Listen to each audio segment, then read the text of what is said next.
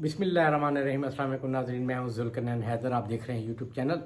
नाज़रीन, कुछ अहम ख़बरें हैं। एक, आज जो कि प्राइम मिनिस्टर ने खिताब किया है शहबाज शरीफ ने मुश्तरका इजलास से, उस हवाले से, और फिर सुप्रीम कोर्ट के ऊपर कदगन लगाने की जो हिकमत अमली बनाई गई है, उसकी असल कहानी क्या है, किसको फ़ायदा होगा, किसको नुकसान होगा, और ऐसा क्यों कर किया जा रहा है, ये भी ख़बर आपको बतानी है। फिर IMF से मुआहदा जो है वो ना होने की बुनियादी वजह क्या है, उस हवाले से आपको आगाह करते हैं। तो सबसे पहले बात करते हैं जनाब, प्राइम मिनिस्टर ने आज खिताब की और बड़े जनाब धुआंधार खिताब था। और आज एक चीज़ वाज़ेह तौर पे लग रही थी कि सिर्फ़ और सिर्फ इस वक्त मुल्क में इनके लिए जो मसला है वो है इमरान खान। बाकी मुल्क की माशी सूरत हाल क्या है, मामला किस तरीके से ख़राब हो रहे हैं, गवर्नेंस ख़त्म हो चुकी है, सब इदारे अपनी अपनी तरफ देख रहे हैं, उनको कोई वो टेंशन नहीं लग रही थी। उनको सिर्फ मसला था कि इमरान खान माफ़ी मांगे और फिर उनसे बात करेंगे, उससे पहले कोई बात नहीं की जाएगी। आइन की खिलाफ वर्जी की बातें हो रही थी कि आइन की खिलाफ वर्जी कर रहे हैं, वादे की खिलाफ वर्जी कर रहे हैं, अदालतों में पेश नहीं होते।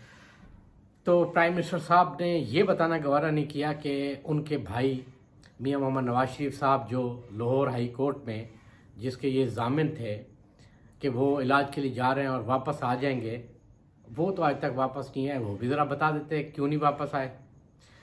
ये भी बता देते हैं कि क्या उसका जवाब इन्होंने अदालत में जमा कराया है कि क्यों नहीं आए। उस हवाले से भी मुकम्मल तौर पे खामोशी है, कोई जवाब नहीं दिया।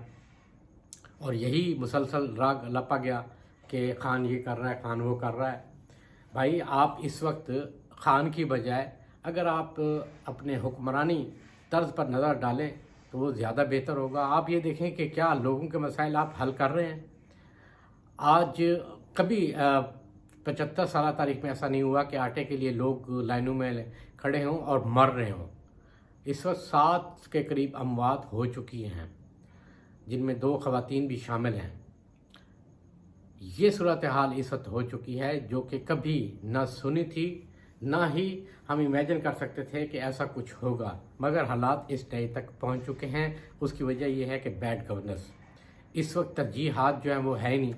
पीपल्स पार्टी ने बड़ा अच्छे तरीके से खेला, नून लीग को आगे किया और खुद साइड पे बैठ गई।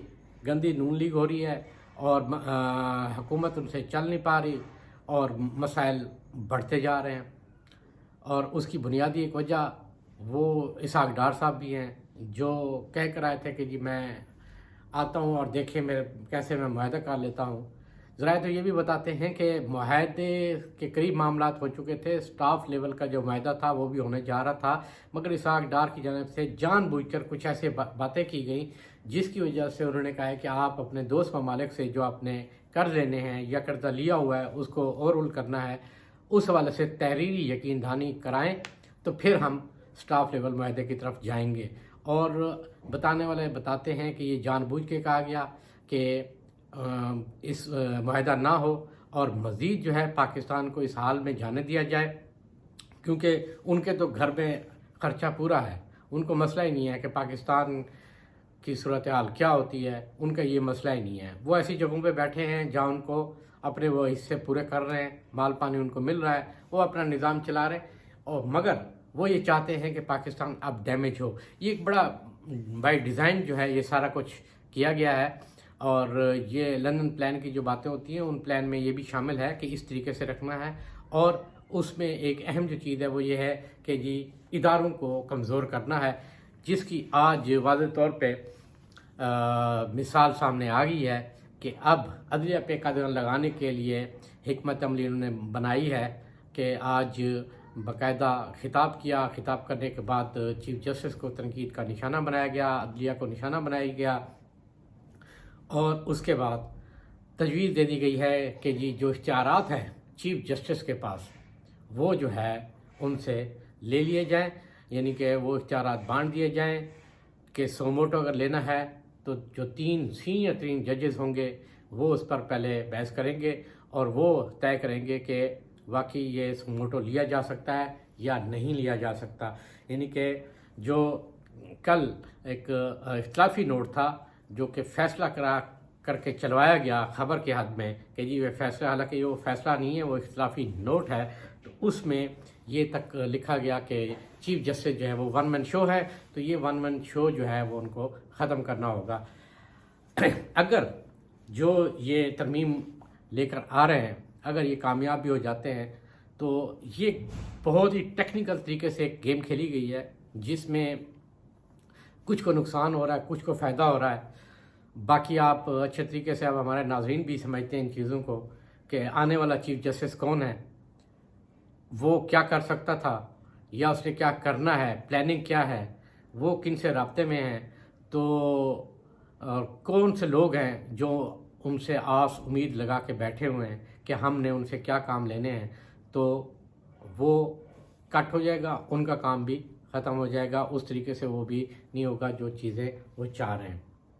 اور مزے کی بات، انہی کے ہی اپنے لوگ یعنی نون لیگ ود نون لیگ آپس میں لڑ رہی ہے، اور یہ جو ہے وہ کیا جا رہا ہے، بظاہر تو نشانہ عمران خان ہی بنا رہے ہیں کہ یہ بار بار اعتراض کیا جا رہا ہے کہ جی عمران خان کو ضمانتیں کیوں ملتی ہیں، تو سوال یہ ہے کہ کیا عدلیہ نے ضمانتیں تو آپ کو بھی دیں، آپ تو یعنی کہ مجرم میں کنوکٹڈ ہیں، مریم نواز شریف، تو اسلام آباد ہائی کورٹ نے وہ فیصلہ سسپینڈ کیا، ضمانتیں ملی، کوئی فیصلہ اس کے اوپر تو دوبارہ ہیئرنگ نہیں ہوئی، وہ فیصلہ تو نہیں ہوا، کالعدم قرار تو نہیں دیا گیا، سسپینڈ ہوا ہے فار دا ٹائم بینگ۔